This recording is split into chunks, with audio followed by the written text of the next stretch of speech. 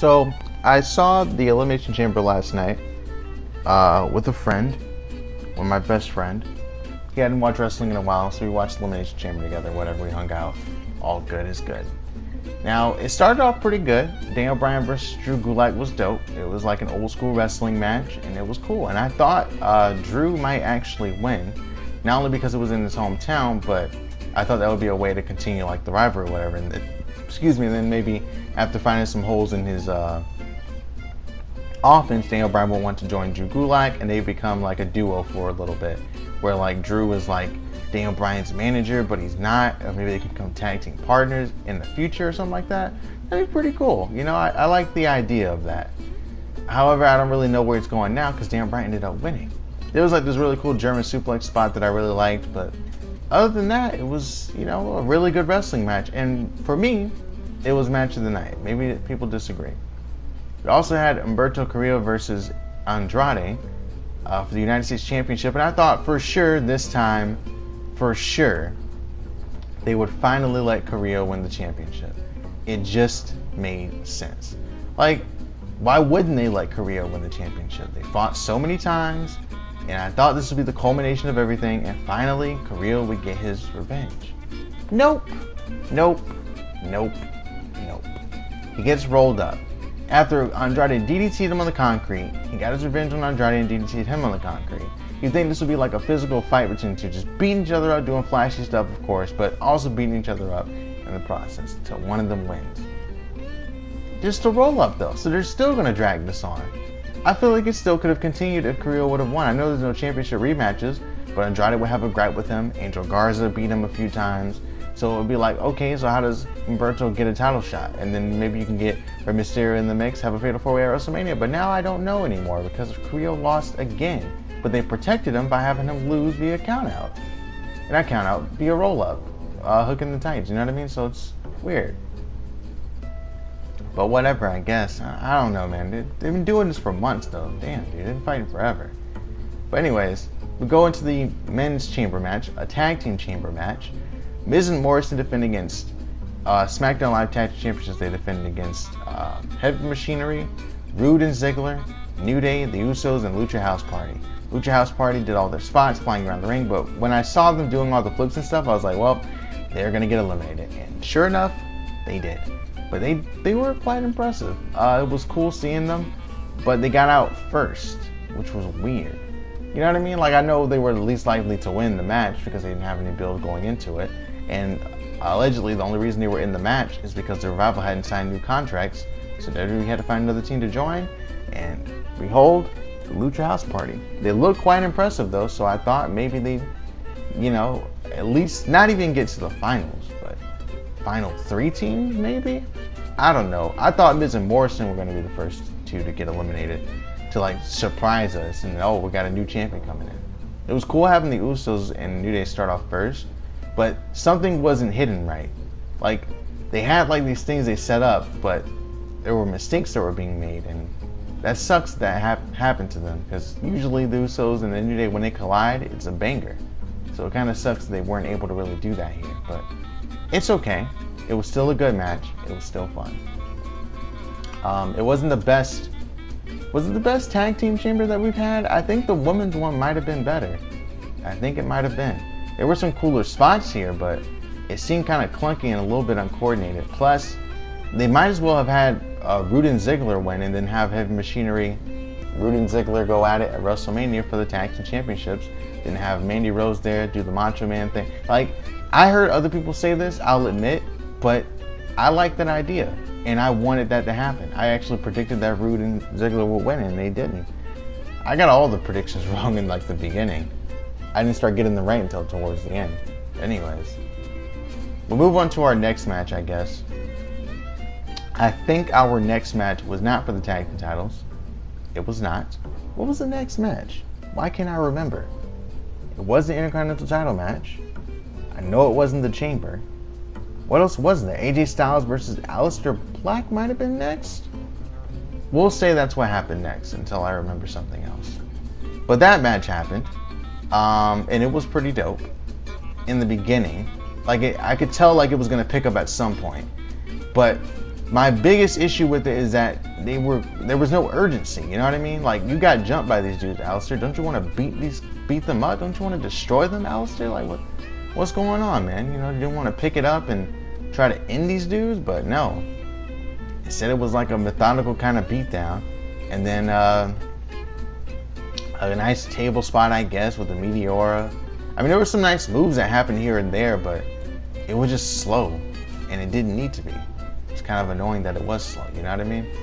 But anyways, Undertaker comes out after Alistair like has to fight off the OC because he's about to win, so he has to fight them, and they jump him, and then Undertaker comes out, doesn't do anything but hold the OC by their throats, and I would have hoped he would have done a double chokeslam spot, and then AJ Styles jumps top rope, catches him, does another chokeslam. That would have been sick, but no, he just choked him, threw him out of the ring, catches AJ Styles off the phenomenal forearm, hits a chokeslam, and then Undertaker teleports away.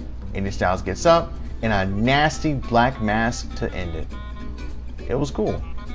It was cool, the ending. It was hot, you know, but I feel like it could have been better because I know how good AJ Styles can be. I know how good Aleister Black can be. Like, we've seen AJ Styles versus freaking Seth Rollins. We've seen AJ Styles versus Daniel Bryan. Like, I would say he can't do all the old shit he used to do, but we know he can have like an awesome match. You know, he can still do it. So it's kind of disappointing when it didn't happen, but that's okay. Now I think we have the handicap match for the IC Championship, and this is the prediction where I finally started getting them right. By the way, I am kind of excited to see my two favorite wrestlers face each other with AJ Styles and Undertaker. Because, you know, like when I was a kid, Undertaker kind of got me into it, to liking it and all that. And then when I started to want to become a wrestler, it was like AJ Styles that gave me that idea. Cause seeing a smaller guy, not like Rey Mysterio, but like a smaller guy like AJ Styles doing things that I was like, damn, that'd be sick if I could fucking do that. Like, I thought Rey Mysterio was like, I thought it was kind of impossible. But AJ Styles, like, it looked like I could do it. I guess because I was older and a bit more agile. So I was like, okay, I could probably do this. I don't know. Anyways. The handicap match, I thought what was going to happen is that the story was going to be that Braun can get his hands on Sammy, and then we get his hands on her at the end, and then Sammy would end up winning because he gets help, I guess. Like, he's about to beat him, hits the power slam, and it's just Sammy and him, and then he gets broken up or something happens. But nope, that didn't happen. Actually, it's quite the opposite. It was like Sammy was like, oh yeah, I'm going to go in this match. Yeah, I'm going to wrestle. And I gotta right the wrongs and the injustices, and he immediately tags out. He's playing some mind games. I like that. It was cool. I don't like that. I mean, it's weird seeing it now, but I guess it's become like customary in WWE with Shinsuke hitting the Kinshasa and people kicking out of it. But it's fine. I mean, it's Braun Strowman, so he would kick out, right? You know, that's how it is with WWE. But I mean, if it was New Japan, that would have been weird as fuck. He kicked out. Boomba is supposed to be dope. Freaking Kinshasa is supposed to be the greatest thing ever, you know? The finisher that he hits it and it's over, dude. But, I mean, AJ Styles kicked out of it before, right? So I guess it makes sense. It's just weird seeing it. It's just weird thinking about that, how he just transitioned to what he is now. Because they like to rebuild people. But anyways. I was hoping Sammy would, like, hit, like, maybe a haluva kick on him while he was in the corner, like to catch him off guard, and then Braun kicks out of that or something. Like, I was hoping everyone would hit their finisher at least once. I feel like it should have been longer is basically what I'm getting at.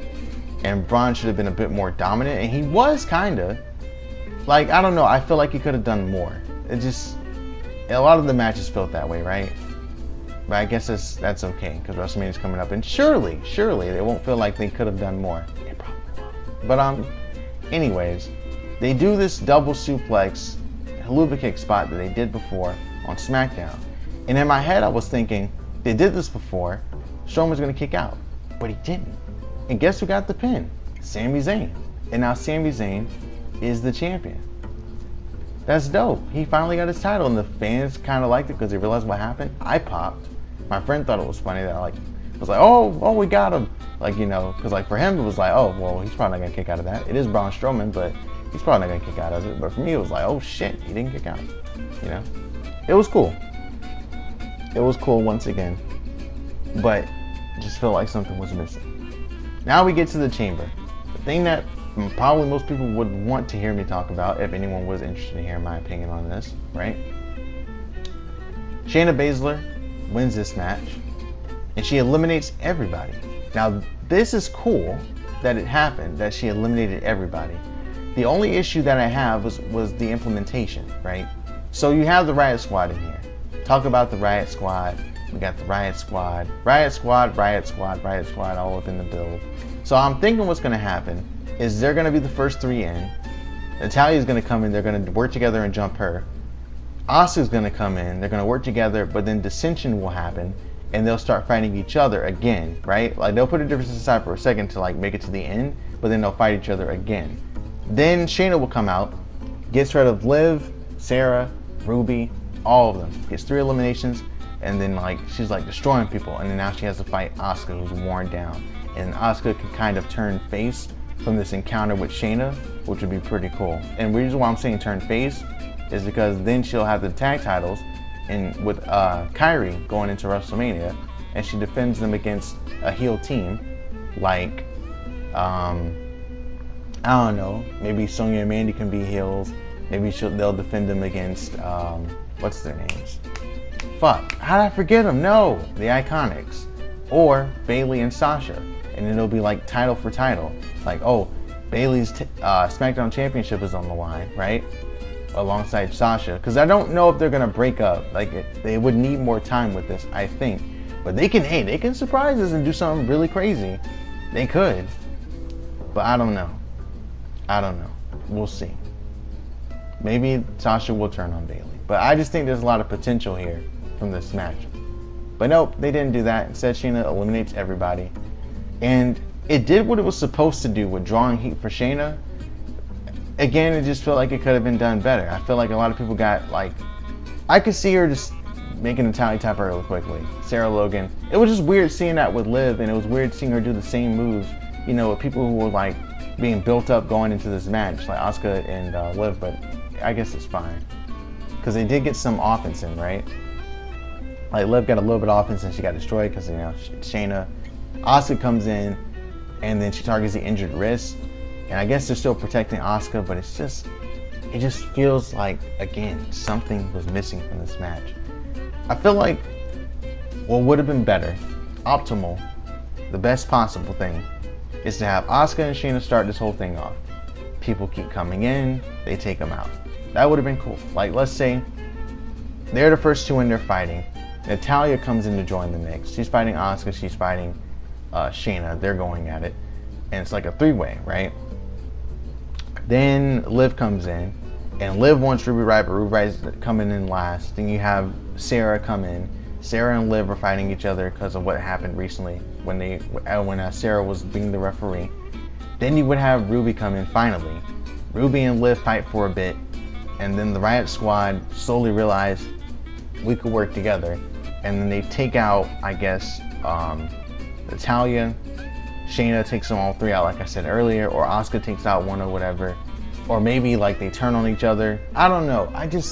Maybe Liv and River. It's like there's so many possibilities it could have gone with, and they seem like they chose like the worst one, not the result. Shayna getting eliminating everybody is fine if they're gonna do that. It just felt kind of rushed. It felt kind of sloppy. It felt like there's something they could have done better. It's always like that though, right? It's always like that. Like, last year's Chamber was awesome. Last year's Elimination Chamber was dope. I loved it. But this one, it's just weird. Like, maybe if this wasn't the main event, I wouldn't care, but it was the main event, and that might be the biggest issue that they have, that it was the main event. But Raw's about to come on in 30 minutes, so maybe all my opinion will change right after this. Maybe I'll watch Raw and everything will be different. Maybe not. But next time I do like a wrestling thing like this, it'll probably be for WrestleMania predictions and all that. Unless you guys wanted me to talk about it more, going into the build to kind of hype everything up, I can do that if that's what y'all want. Just let me know in the comments below. Hit the like button, and see you later.